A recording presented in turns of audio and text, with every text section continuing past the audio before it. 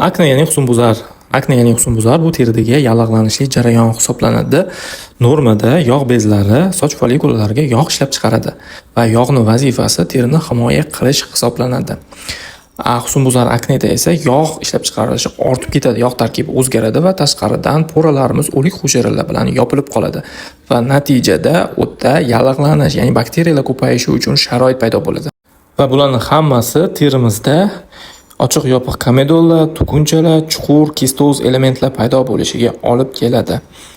Yog' bezlari faoliyatiga esa androgenlar, ya'ni erkaklik gormonlari, stress gormonlarimiz, teridagi yallig'lanishlar, dieta buzilishi, metabolik faktorlar bularning hammasi, ya'ni ichki omillar hisoblanadi va yog' bezi faoliyatiga ta'sir ko'rsatadi. Yog' bezi faoliyati buziladi, ko'p yog' ishlab chiqaradi, tashqaridan yo'llar yopilishi va bakteriya ko'payishi natijasida terimiz sezgirligi oshadi, turli xil toshmalar, ya'ni akne toshmalari siz bilan birga bo'ladi.